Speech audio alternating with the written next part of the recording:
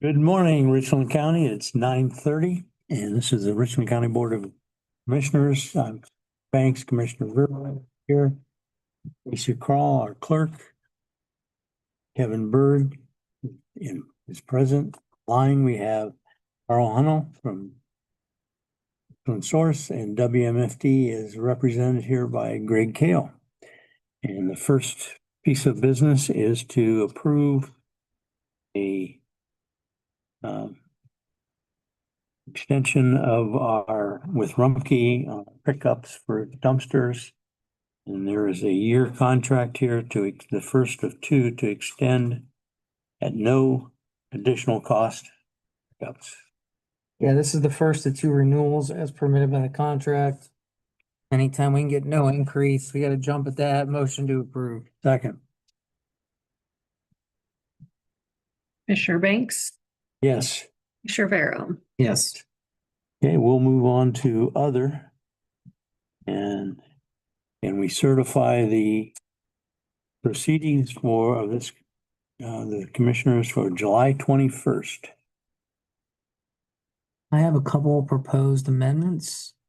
The first is when we had the citizen concern over the trash in the city of Mansfield. I just wanted to add at the end, to the last sentence there, comma, and he would be happy to assist in the process. That was one she had asked, and I don't like when people call, and this is from past experience many years ago, you call a public office and say, well, that's not us. I like to make sure, even if it's not us, that we can assist in helping residents get what they want. So I think it's important for the minutes to reflect that. And then also where Adam's talking about the rock salt, or we should say lack thereof, it should be them nor Ashland, Morrow, and Knox County as opposed to or. So the minutes reflect that we're not the only ones in that predicament. So those would be my proposed amendments. I'll second it with those amendments. Commissioner Banks, Yes. Vero. Yes. Can we approve the requisitions? So moved. Second, Commissioner Banks, yes. Commissioner Vero. Yes. And next on our list is authorization of hiring youth and family service director. And after reviewing candidates, and the Youth and Family Council and the commissioners have agreed that would be Greg Kale, who is president You want today. to record yourself, Greg? You want me to hold the camera while we? Want us to interview you? Oh, payback, baby. Yeah. I appreciate that. Uh, I'm looking forward to getting ready to work. Your passion for children is well known in the community. At this time, I'll make a motion that we approve hiring Greg Kale effective August 17th as the Youth and Family Services or Council Director at an hourly rate of $30.99. And I will enthusiastically second that motion. Commissioner Banks, Yes, Commissioner Vero. Yes. okay. And can we authorize advertising for a public, do you want to say anything or? I'll wait till you guys are. Okay, okay. Carl on? Yes, he. Carl may have questions. I'll wait till after you guys Okay. get done and Greg has something to say. Okay. Can we authorize advertising for public hearing regarding the employment regarding reemployment of a child support staff member? Yeah, this would be a legal notice. Lisa Foltz is requesting a rehire. She's a staff attorney at child support, been with us a long time. Ohio Revised Code requires us to post a legal notice of the hearing. Said hearing will be on Thursday, September 10th, 2026 at 10:30 a.m. in our office. So moved. Second, Commissioner Banks, yes. Commissioner Vero. Yes. And can we approve the quote for the jail door parts from Century Security Fasteners? And they grand total of $2,078.25. I think it's more than that, Daryl. I think it's 3,78407. I'm sorry, they got 1,600 down there below. Yeah. So it's $3,704.07. So moved.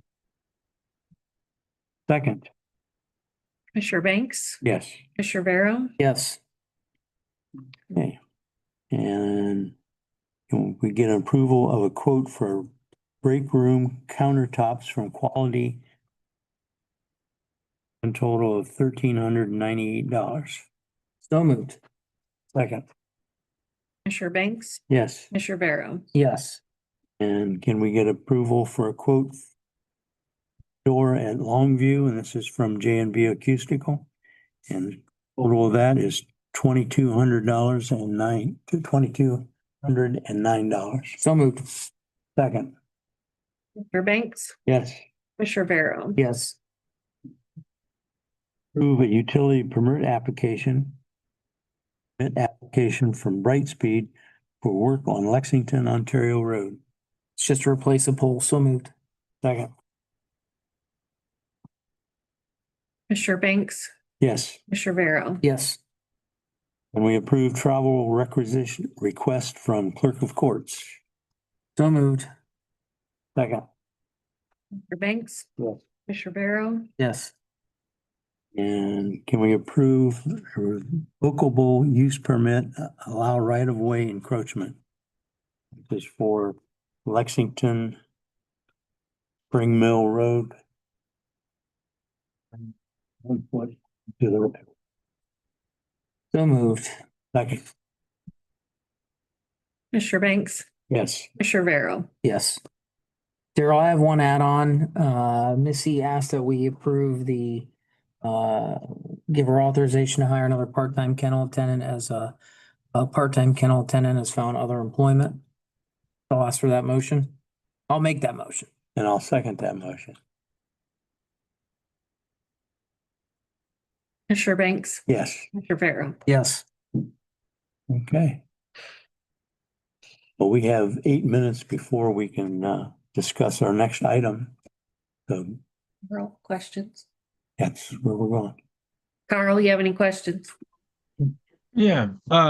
Greg, did you want to say something? I think they'd asked you to speak, and then I get a couple of questions for you. Sure, absolutely.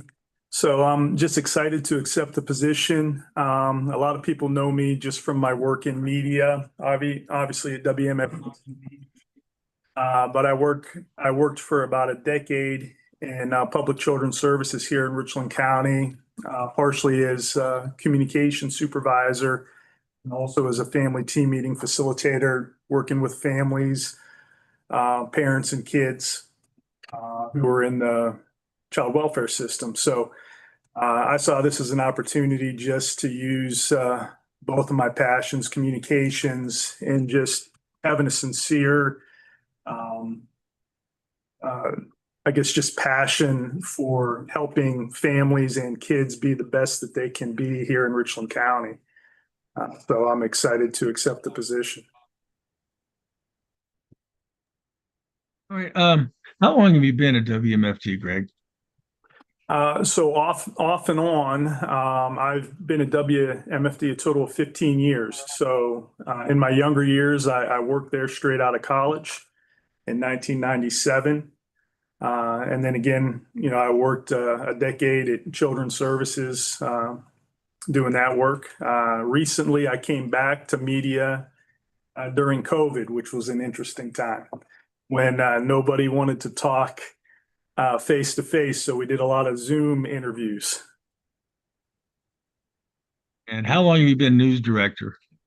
I've been news director for 6 years. And for commissioners, is this an indefinite length contract, or is there a specific date, or just ongoing? Which contract are you talking? There's no employment contract, Carl. Okay. Okay. Very good. That's what I had. Congratulations, Greg. Thanks, Carl. Okay. We 9:40. Did you have any questions about anything else, Greg? Okay. It's 9:40 and we will stand in recess until 9:45.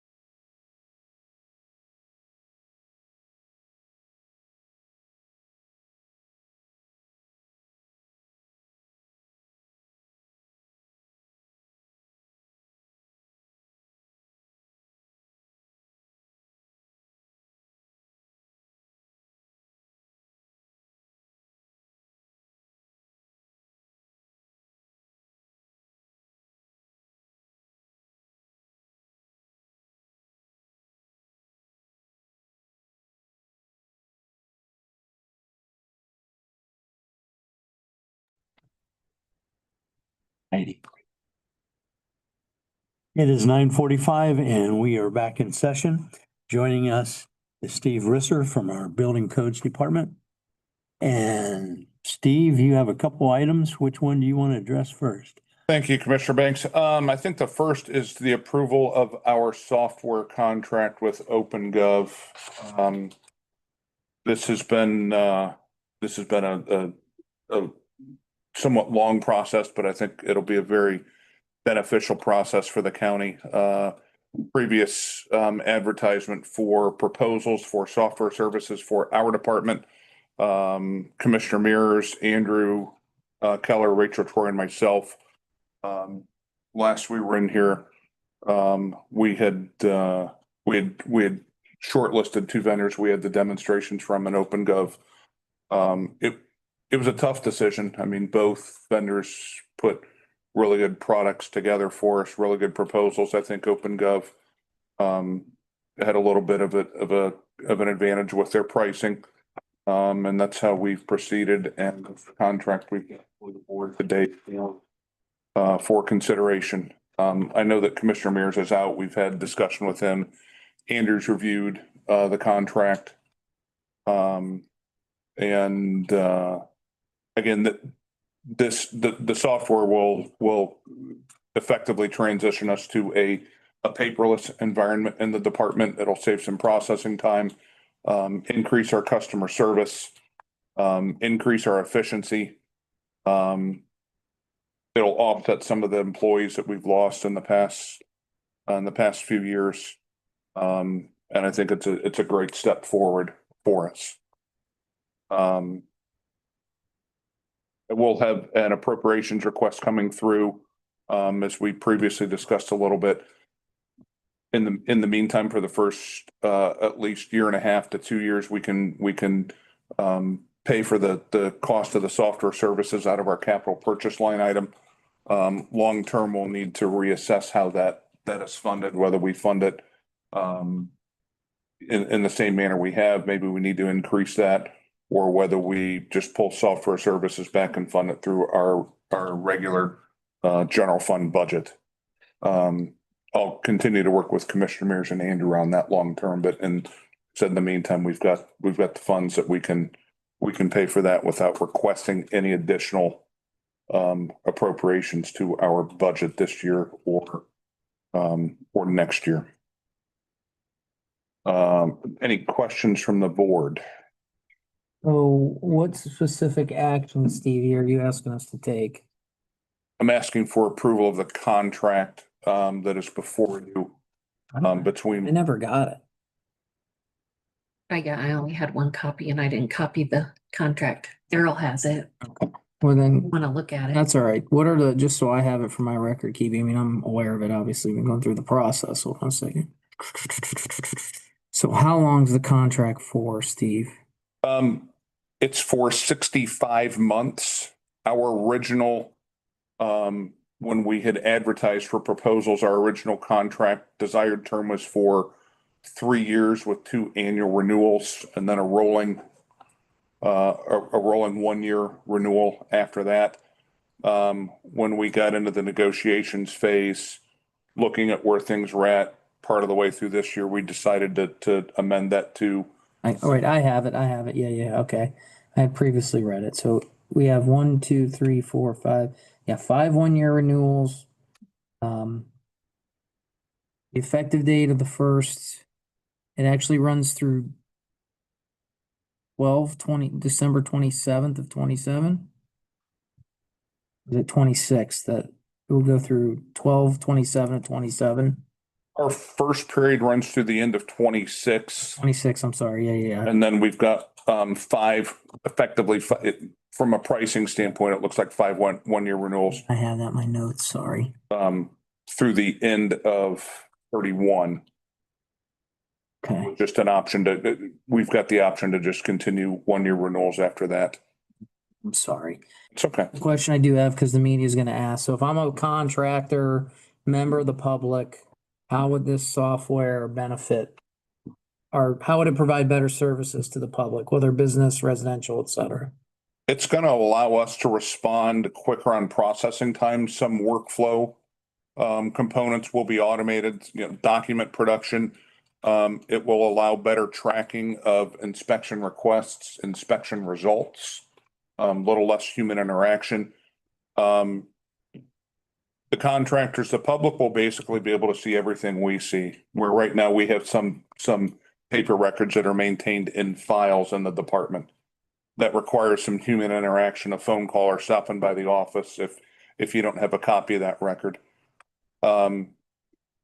It'll allow, I mean, we've got limited electronic submittals right now. It'll allow unlimited electronic submittals anytime. Again, less, even though some of that process is electronic, there's some human interaction behind that, some human workflow component to that. Some of that will be automated. Inspection requests can be scheduled online. Right now, you have to call the office to make sure that we've got room. The online payment portal, it'll still use our same credit card vendor, but some of that payment process will be streamlined. There'll be some automatic notifications that are done instantaneously as opposed to waiting for somebody to send an email, somebody to get through a workflow queue. The one thing that we will not change is the option to walk into our office and submit something on paper. Even though this is designed to be a paperless process, you can still bring in paper, you can still bring in cash, you can still bring in check. We're not eliminating any telephone service options. You can still call and ask, you can still call to schedule. It's not a forced, hey, now you only have to do this electronically with a credit card and we don't talk to you. It's an additional option. It's an additional tool in the toolbox. We're not changing out our old tools that we have. We still deal with quite a few contractors that like to do things on paper and like to hand us cash. That's still an option. You read my question, because I've been told for 40 years now, computers are going to save us a lot of time and all that. I'm not convinced it's happening. But I also wanted to make sure that some old time contractor could do exactly what you said, come in and get her done on paper. We're adding tools to our toolbox. We're not replacing anything. Good. Any questions? I don't know if you stated the cost of the software package and you mentioned where it was going to be paid for out of. Our cost, so our implementation cost is included within our first year cost. Implementation is our setup cost, our configuration cost. This product is for the most part it's an off the shelf product. However, it's customized, workflow documents, things like that. It's not a complete custom solution where it's specifically written. But our first 5 months, including that implementation, costs $34,526.99, and then it starts around $25,000 a year for annual maintenance, which includes our support, our hosting, all of our document production, things like that. So we're not buying hardware, we're not buying servers. We've ran through security protocols. We've got a good, safe, secure system. It integrates with our credit card vendor, which is an important component too. So those costs, which is, it was a very competitive price that we got back, very good price. And that's pretty typical where we're buying nowadays. It's, software as a service. We're buying a subscription to this program. We're not buying like, 10, 15 years ago when you buy the box of software and install it on your own hardware. Okay. We're expecting, once we get the contract signed, we've got an implementation schedule right around 24 weeks. We're going to hopefully massage that a little bit, where we'll have a lot of the components hopefully live by the end of the year.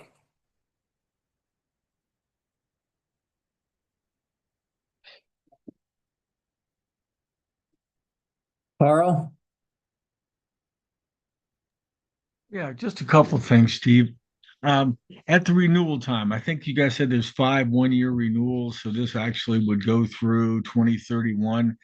Yes. Is there does the company have the option to raise the rates each time you renew it? And if so, what's that percentage that they can do? They do, Carl. It's limited to a 5% yearly increase. And commissioners, I assume that before that would take place, Steve will come in and see you and ask permission to renew the contract at whatever that rate would be. Well, being an astute person that you are, and knowing Ohio law, as you know, formal action must come through the board, Carl, so. Even with a renewal, that's Yes. still approving another agreement, so yes. Where is OpenGov based out of? They're based out of Massachusetts. And how long have they kind of been in this particular business? They've been in they do a lot of different components. They've had some acquisitions of various companies and services over the years. I don't know when they first started. I know they've been doing the Actually show they're truly located out of California, Steve. minting stuff. You know what? Then maybe our sales rep. They have a Boston, Massachusetts address, but I show their headquarters in San Francisco, California. They've got different. Yeah, Chicago, Cali, Boston, Atlanta, Dallas. Our component is based out of Massachusetts. They don't only handle permitting components. They handle a lot of different government software type services, anywhere from fill my pothole to get my building permit to send my utility bill. And I know the permitting component is over 20 years. Now, Steve, did you check around, or do you know if there are other counties in Ohio of comparable size and structure to your office that use OpenGov or something similar? There are. That was one of the other components we looked at when we selected a vendor, was what's your history with doing building code and type enforcement work, and are any of those local within the state of Ohio? OpenGov has 6 Ohio cities already that are using it. Stark County, I believe, just signed on with them as well. The city of Worcester is a big customer of theirs. And we had some conversation with Worcester on their installation, their configuration, and got some good feedback on that. But yeah, they've got quite a few other installations in Ohio that have been successful and a lot of happy customers. Not just the government customers, but the contractor customers as well. Okay, that's what I was going to ask you. Did you have a chance to speak with some of your primary customers, contractors, et cetera, to get some feedback on, did they look at the system? Did they offer feedback on what it does, what it might not do? We didn't have any of our customers explicitly look at OpenGov and our proposal. These are some of the conversations I've had in varying degrees with architects, contractors, owners over the past year and a half, as we've been going down this road, talking about, hey, is there something that you like? Is there something that you don't like? What works, what doesn't work, what complaints do you have? And we kind of wrap that all into our specifications that we wrote for the request. So we're hoping that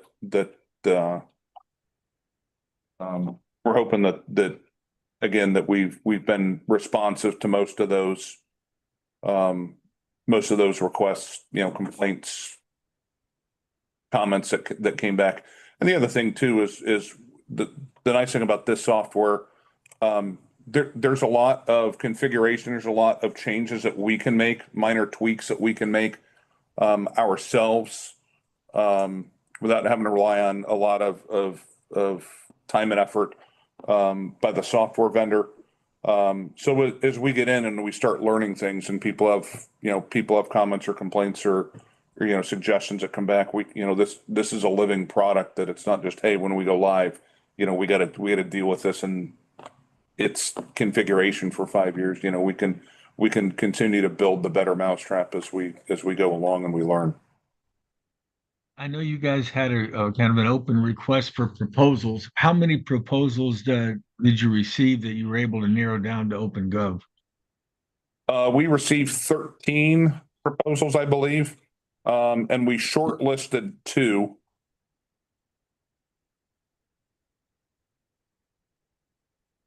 When you're able to narrow down to 2 from 13, what were some of the criteria that made these 2 stand out?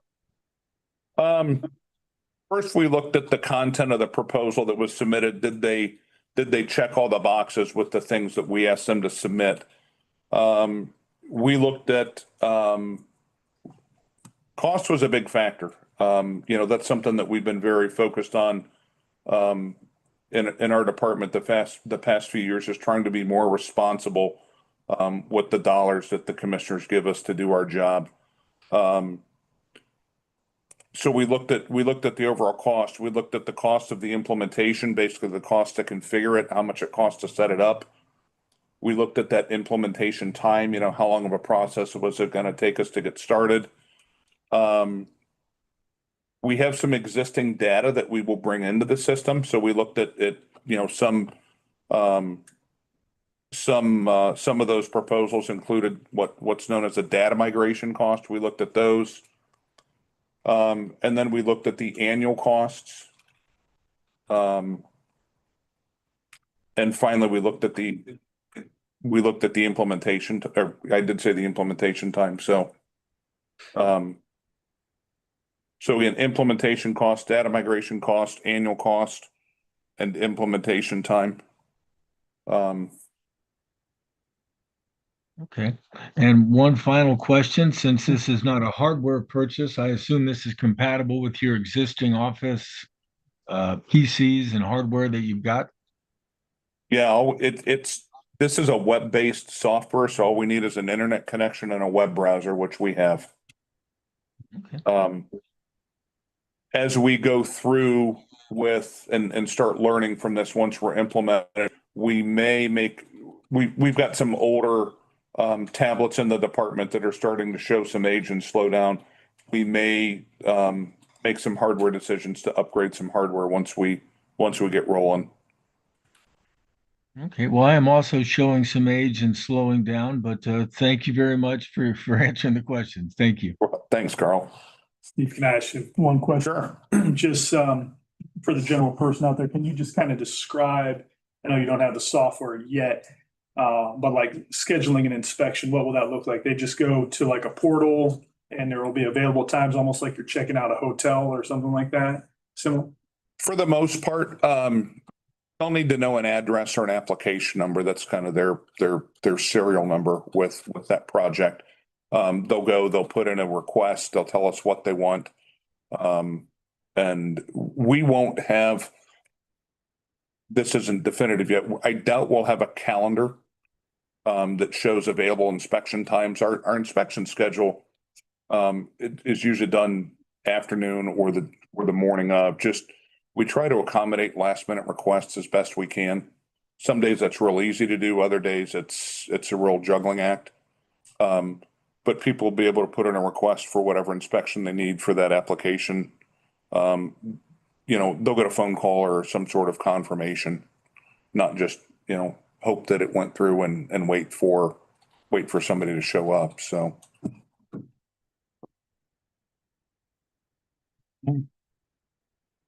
We entertain a motion to approve this software purchase. So move. Second. Commissioner Banks, Yes. Commissioner Vero. Yes.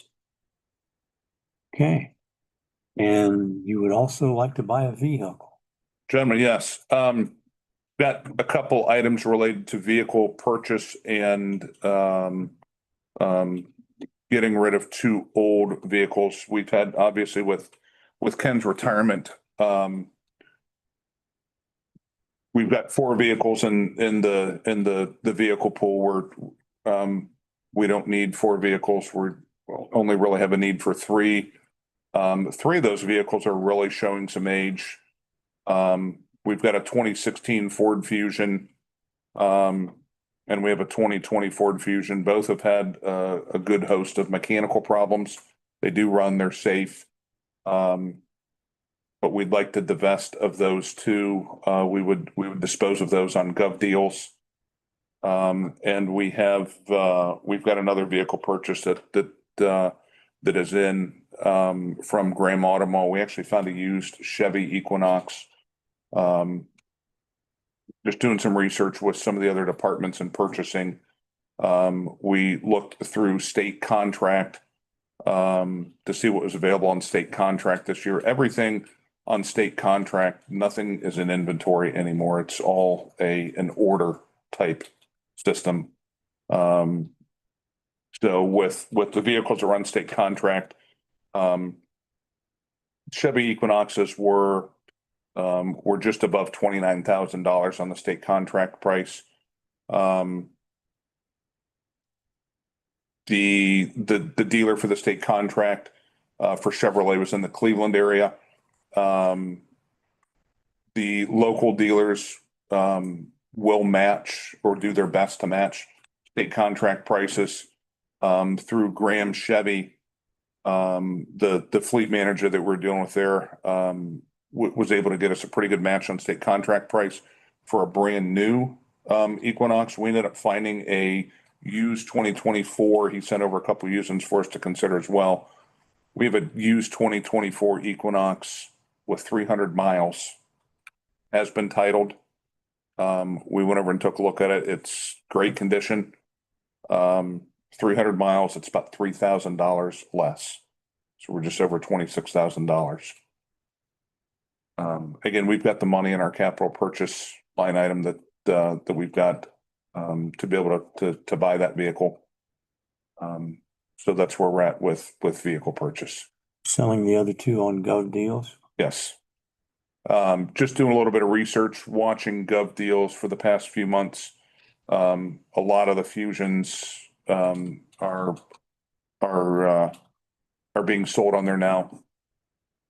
Approximately the same age range as ours. Those are a couple of them are sitting right now at $5,000, and they close in the next few days.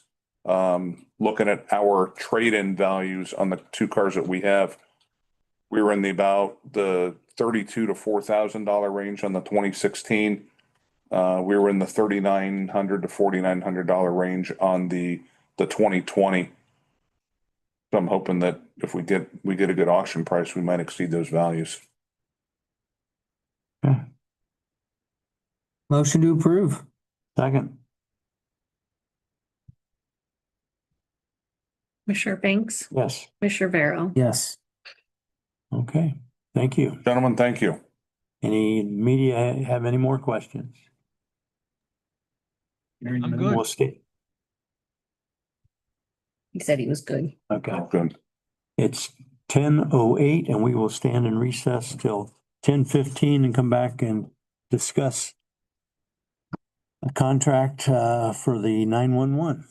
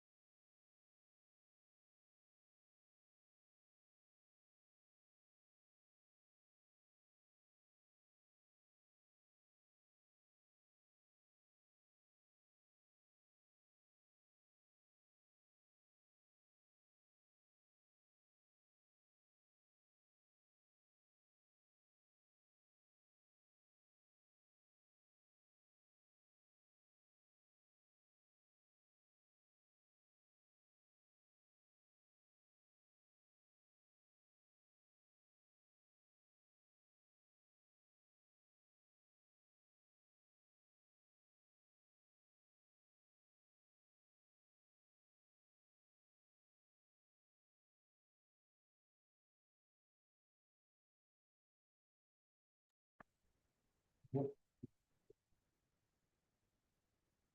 it's 10:15. We have been joined by Sheriff Steve Shelton and Major, what?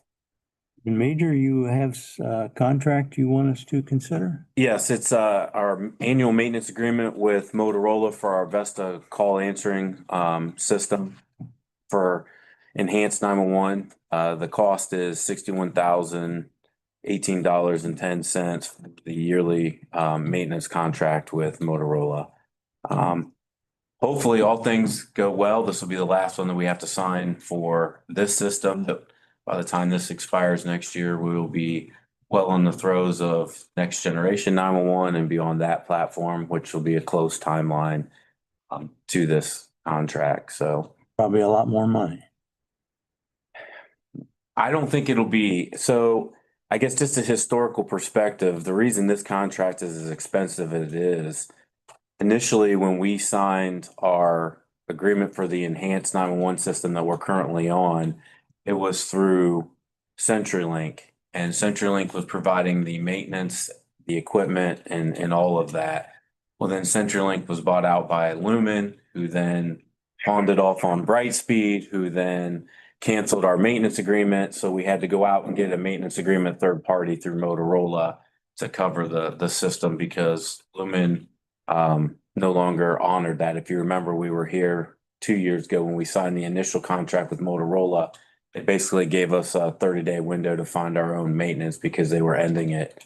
The cost at that time as part of the package was about $15,000 a year. So it's extremely more expensive based on having to buy it a la carte than being able to buy it through the package as part of the system.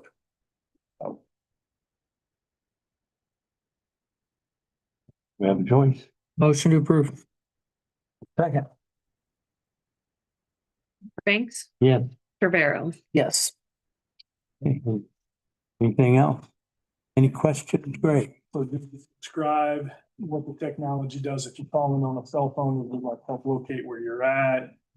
What's just important? The contract today is to maintain, they give us 24-hour, 365-day a year, we would have a problem. They monitor the system 24/7. A lot of times they're able to notice problems with the system before we even notice it also includes equipment that would, need to be replaced throughout the year if it would have a defect or a problem. So this is just general, making sure we have good, strong access to 911 in Richland County. Correct.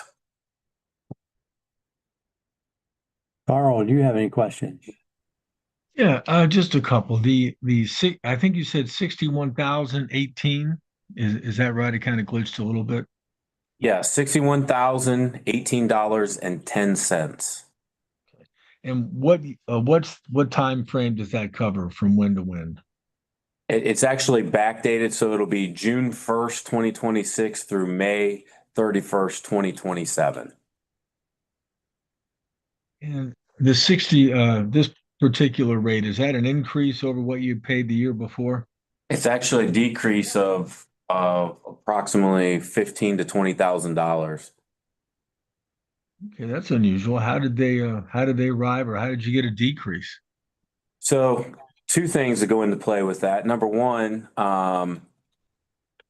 the first year that we were in this predicament, they weren't sure what they were getting themselves into because again, it was a third party contract to an existing contract.